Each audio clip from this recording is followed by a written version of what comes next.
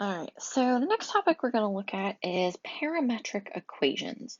So with parametric equations, basically the idea is we are going to have a set of two equations. So x is equal to a function of t and y is equal to a function of t, where they're both defined on the same common domain. And our t variable in here is what we call the parameter.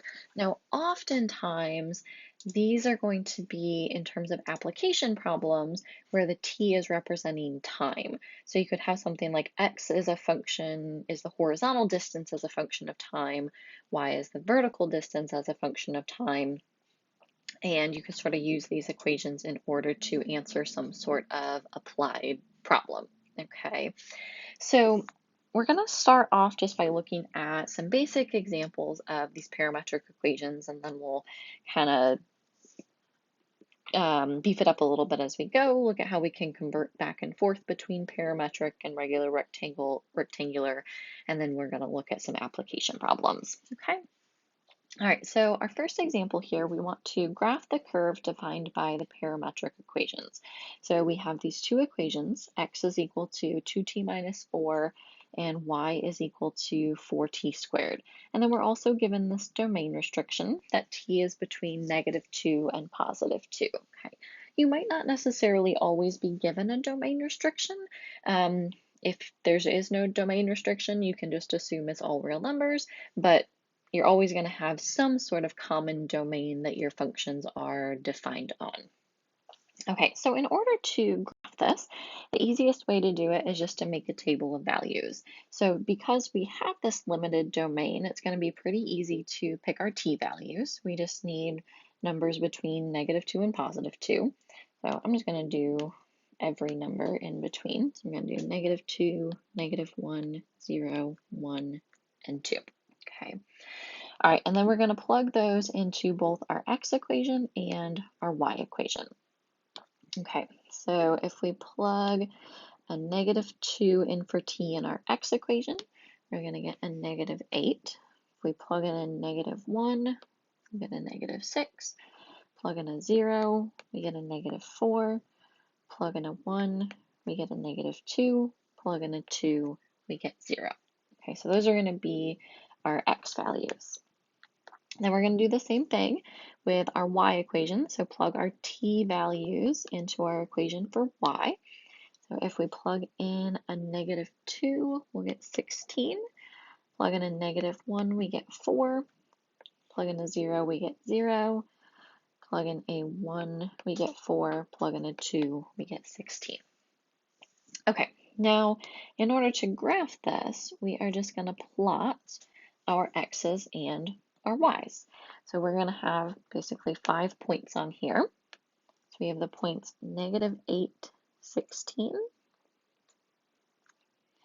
-6, 4, -4, 0, -2, 4, and 0, 16. Just connect our points and we can see that we have a parabola. Okay. All right, now the one extra thing that we add for our parametric equations is we add arrows to our graph to indicate the direction. So if you think about your table, okay, our t values go from -2 to +2. So our points go in the direction starting at -8, 16, ending at 0, 16. So our first point was the -8, 16. Our last point was the 0, 16. So I am just going to add some arrows here on my graph indicating the direction that we're traveling down that curve. So this is sort of the extra thing that you get with parametric equations because of this parameter t. If you do sort of kind of think of it as time, you're thinking over time, this is the direction that I'm traveling down this curve. Okay. All right. So I'm going to skip example 2. I'll leave that one for you guys to try on your own. And I'm going to go ahead and jump down to example 3. Okay, so this one says find the rectangular equation for the curve whose parametric equations are x equals t squared minus 3t y is equal to t minus 1, and t is going to be between negative infinity and positive infinity. Okay? All right. So if we are looking at this, okay, now this doesn't explicitly say that we have to graph it, so we certainly don't have to, but I just want to go ahead and graph it anyway, just to get a little bit more practice in.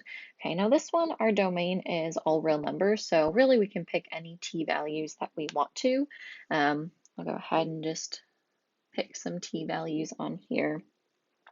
I can do -2, -1, 0, 1, 2, 3, 4, 5. Okay, I already kind of know what this graph is supposed to look like, so I'm kind of picking t values that I think are going to help us see that shape a little bit more nicely. Without knowing that in advance, you wouldn't really know what points to pick necessarily, but just kind of pick some t values, plug them into the equation, see what it looks like. Okay. Okay, so let's go ahead and plug our t's into our x equation. So if t is -2, x is going to equal 10. If t is -1, x equals 4. If t is 0, x is 0. If t is 1, x is -2. If t is 2, x is -2. If t is 3, x is 0. If t is 4, x is 4. And if t is 5, x is 5. Okay. Okay. All right, so then let's do the same thing with our y's. So we're going to go ahead and plug these same t values into our y equation. So plugging in a -2 for t, we are going to get -3 for y. If t is -1, y is -2. If t is 0, y is -1. If t is 1, y is 0. If t is 2, y is 1. If t is 3, y is 2. If t is 4, y is 3. And if t is 5, y is 4. Okay, so we're going to go ahead to graph this and just plot our x's and y's. Let's go ahead and just plot those points. So we are going to have 10, -3, 4, -2, 0, -1, -2, 0, -2, 1. Sorry, I'm losing myself. 0, 2. All right, 4, 3, and 5.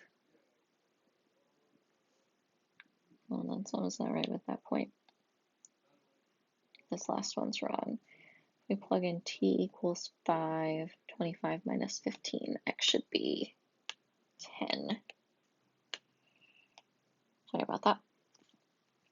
Sorry, last point is 10, 4. All right, I could see that it didn't look symmetric, so I knew that there had to be some sort of problem there. Okay, now I could just go ahead and plot my points, but I can sort of see that my vertex is going to be somewhere over here to the left of those points at -2, 0 and -2, 1. I'd really like to know precisely where that vertex is, just for the sake of my graph. So I can definitely tell if we plugged in t equals 1, we got the -2, 0. If we plugged in t equals 2, we got the -2, 1. So it's safe to assume that if we plug in t equals 1.5, then we'll figure out where our vertex is. So I'm actually going to go ahead and just add a point in here, just so that we can know precisely where that vertex is on our graph. Okay, all right, so if we plug in a 1.5, we'll get 1.5 squared minus 3 times 1.5. X is going to be -2.25.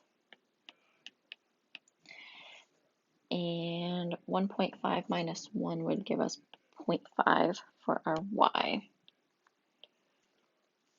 Okay, so that gives us an extra point on here at negative 2.25, 0.5. Now we know right where that vertex is going to be. Okay, so now go ahead and connect your points. And we have our nice little parabola that opens to the right. Okay, now we also need to remember the arrows with our parametric equations. So thinking about from plugging in our t's, the direction that these points are going. So with our points, the first one we plotted was the 10, negative 3. The last one we plotted was the 10, 4. So our parabola is going to go in this direction. Okay. Okay, now, like I said, the problem didn't actually really ask us to graph our equation, but I just kind of wanted to get another example of that in so we could sort of see how that's done. And now also having the graph in front of us is going to make some of the process of finding our equation a little bit easier. Okay, so if we're trying to find a rectangular equation, then basically that means we want to get rid of our parameter t and write an equation just in terms of x and y. And the easiest way to do that is going to be using substitution. So if we think about our y equation, y is equal to t minus 1. We can easily solve that for t and get t is equal to y plus 1. And then substitute that into our x equation. So we'll have x is equal to y plus 1 quantity squared minus 3 times the quantity y plus 1. Okay, all right, and then go ahead and just expand this. So x is equal to y squared plus 2y plus 1 minus 3y minus 3, or x is equal to y squared minus y minus 2. Okay, now if you want to leave your equation right there, that's perfectly fine. There's nothing wrong with that equation. You could also go ahead and think about completing the square and putting it back in that standard form for a parabola. Either way is fine. Okay, so that is going to be our new equation. But the other thing to think about is just like our original equation had this domain where we were told that t is between negative infinity and positive infinity, we need a new domain for our equation based on our x's. We want to know what does x fall between now. And that's where graphing the equation can be helpful, because now looking at the graph of our equation, we can easily find the domain just reading across our graph from left to right. So we found that this leftmost point, our vertex, was at x equals negative 2.25. And we can see that if we go to the right, our function is just going to continue on toward positive infinity. So our x's are always going to fall between negative 2.25 and infinity. So that is going to be the domain of this new equation. Okay. All right, let me go ahead. I'm actually going to end this video here and give you guys a little bit of time to process this, and then we'll look at another video with a few more examples of our parametric equations.